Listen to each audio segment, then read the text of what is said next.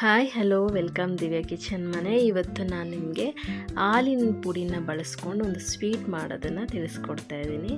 Simple. ಇದಕ್ಕೆ ನಾನು ಹಾಲಿನ ಪುಡಿನ 2 ಕಪ್ಪಷ್ಟು ಬಳಸ್ತಾ ಇದ್ದೀನಿ. 1 ಕಪ್ಪಷ್ಟು ಸಕ್ಕರೆ, ಹಾಗೆ 1 ಕಪ್ಪಷ್ಟು ಹಾಲು, ಹಾಗೆ ಕೇಸರಿ ದಳಗಳು, ತುಪ್ಪ, ಗೋಡಂಬಿನ ಬಳಸ್ತಾ ಇದ್ದೀನಿ. ಅಂದರೆ ಬಾದಾಮಿ ಇಲ್ಲ ಗೋಡಂಬಿ ಯಾವುದಾದ್ರೂ ನೀವು ಯೂಸ್ ಮಾಡ್ಕೋಬೋದು. ಈಗ ಒಂದು ಪ್ಯಾನ್ಗೆ 1 ಕಪ್ಪಷ್ಟು ಹಾಲನ್ನ ಹಾಕ್ಕೊಳ್ತಾ ಇದ್ದೀನಿ. ಈ ಹಾಲನ್ನು ಸ್ವಲ್ಪ ಅದು ಕುದಿಯೋಕ್ಕೆ ಮುಂಚೆನೇ ನೀವು 1 ಟೀ ಸ್ಪೂನಷ್ಟು ತುಪ್ಪನ ಬಳಸ್ತಾ ಇದ್ದೀನಿ. ಇದಕ್ಕೆ ಹೆಚ್ಚು ತುಪ್ಪ ಬಳಸೋ ಅವಶ್ಯಕತೆ ಇರೋದಿಲ್ಲ. ಸೊ ಹಾಗಾಗಿ 1 ಟೇಬಲ್ ಸ್ಪೂನ್ ಆದರೆ ಸಾಕಾಗುತ್ತೆ.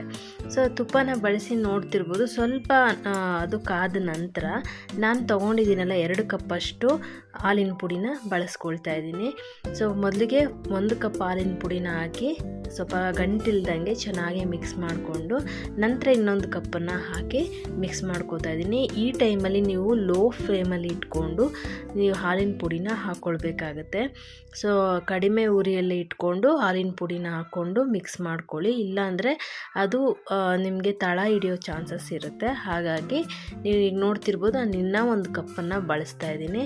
ಈಗ ಹಾಕ್ಕೊಂಡು ಗಂಟಿಲ್ದಾಗೆ ಚೆನ್ನಾಗಿ ಎಲ್ಲ ಹೊಂದ್ಕೊಳ್ಳೋಂಗೆ ಹಾಲು ಮತ್ತು ಹಾಲಿನ ಪುಡಿ ಏನಿದೆ ಸೊ ಇದಿಷ್ಟನ್ನು ಚೆನ್ನಾಗಿ ಮಿಕ್ಸ್ ಮಾಡ್ಕೋಬೇಕಾಗತ್ತೆ. ಇನ್ನು ಈಗ ನೋಡ್ತಿರ್ಬೋದು ನೀವು, ಇದೆಲ್ಲ ಮಿಕ್ಸ್ ಆಗಿ ನಿಮಗೆ ಏನಿದೆ ಪ್ಯಾನ್ ಅಂದರೆ ಸುತ್ತ ನಿಮಗೆ ಅದು ತಳ ಹಿಡಿದೆ ಬಿಟ್ಕೊಳ್ಳುತ್ತೆ. ಸೊ ನೀವು ಲೋ ಫ್ಲೇಮಲ್ಲೇ ಇಟ್ಕೊಂಡು ನಾನು ಇದನ್ನು ಮಾಡ್ಕೊಳ್ತಿರೋದು ನೋಡ್ತಿರ್ಬೋದು. ಕೊನೆವರೆಗೂ ಇದೇ ರೀತಿಯೇ ನಾನು ಲೋ ಫ್ಲೇಮಲ್ಲಿ ಇಟ್ಟಿರ್ತೀನಿ.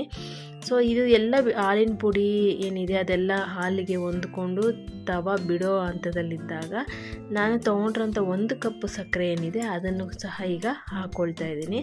ಸೊ ನೋಡ್ತಿರ್ಬೋದು, ಸಕ್ಕರೆನ ಹಾಕಿ ಚೆನ್ನಾಗಿ ಮಿಕ್ಸ್ ಮಾಡ್ಕೋಬೇಕು. ಎಲ್ಲಿವರೆಗೂ ಮಿಕ್ಸ್ ಮಾಡ್ಕೋಬೇಕು ಅಂತಂದರೆ ಇನ್ನು ನೋಡ್ತಿರ್ಬೋದು, ಸಕ್ಕರೆ ಹಾಕಿದ ತಕ್ಷಣ ನಿಮಗೆ ಫುಲ್ಲು ಮೆಲ್ಟ್ ಆಗುತ್ತೆ. ಎಲ್ಲ ಕೂಡ ಸಕ್ಕರೆ ಕರಗಿ ನಿಮಗೆ ಈ ಥರ ಫುಲ್ಲು ಲಿಕ್ವಿಡ್ ರೀತಿಯಲ್ಲಿ ಆಗುತ್ತೆ. ಇದನ್ನು ಕೂಡ ತವ ಬಿಡೋವರೆಗೂ ನೀವು ಮಿಕ್ಸ್ ಮಾಡ್ಕೊಳ್ಬೇಕು. ನೋಡ್ತಿರ್ಬೋದು, ಈಗ ಬೇಕಾದ್ರೆ ನೀವು ತುಪ್ಪನ ಬೇಕಿದ್ರೆ ಬಳಸ್ಕೊಳ್ಬೋದು, ಇಲ್ಲಾಂದರೆ ಅವಶ್ಯಕತೆ ಇಲ್ಲ. ಮೊದಲಿಗೆ ತುಪ್ಪ ಏನು ಬಳಸಿದ್ವಿ 1 ಟೇಬಲ್ ಸ್ಪೂನು ಅದೇ ಸಾಕಾಗುತ್ತೆ.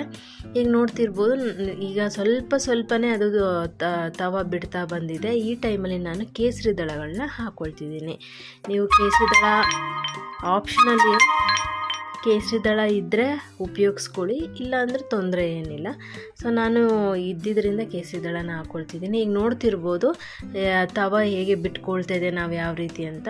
ಸೊ ಈ ಟೈಮಲ್ಲಿ ನೀವು ಗ್ಯಾಸ್ನ ಆಫ್ ಮಾಡ್ಕೊಬಿಡ್ಬೇಕು. ಅದು ಸ್ವಲ್ಪ ಬಿಡ್ತಾ ಇದೆ ಅಂತ ಹೇಳುವಾಗಲೇ ನೀವು ಗ್ಯಾಸ್ನ ಆಫ್ ಮಾಡ್ಕೊಬಿಡ್ಬೇಕಾಗತ್ತೆ, ಇಲ್ಲಾಂದರೆ ತುಂಬ ಗಟ್ಟಿ ಆಗಿಬಿಡುತ್ತೆ, ಚೆನ್ನಾಗಿರೋದಿಲ್ಲ.